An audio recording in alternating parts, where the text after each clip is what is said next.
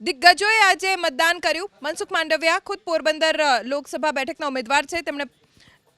તેમણે ભાવનગરમાં પાલીતાણામાં મતાધિકારનો ઉપયોગ કર્યો છે। નીમુબેન બાંભણિયા ભાવનગરથી ભાજપના ઉમેદવાર, સુરેન્દ્રનગરથી ભાજપના ઉમેદવાર ચંદુભાઈ શિહોરા, જશુભાઈ રાઠવા છોટાઉદેપુરથી ઉમેદવાર છે અને હરિભાઈ પટેલ મહેસાણા લોકસભા બેઠકના ભાજપના ઉમેદવાર છે। તમામે મતાધિકારનો ઉપયોગ કર્યો છે અને સાથે જનતાને પણ તેમણે અપીલ કરી છે કે તેઓ મત આપે, બહાર નીકળે, કારણ કે 2 કલાકમાં સવારે 7 થી 9 વાગ્યા સુધીમાં ચૂંટણી પંચના આંકડા મુજબ 10% જેટલું સરેરાશ મતદાન થયું છે। હજી પણ આંકડો વધશે, હજી પણ આ ટકાવારી વધશે।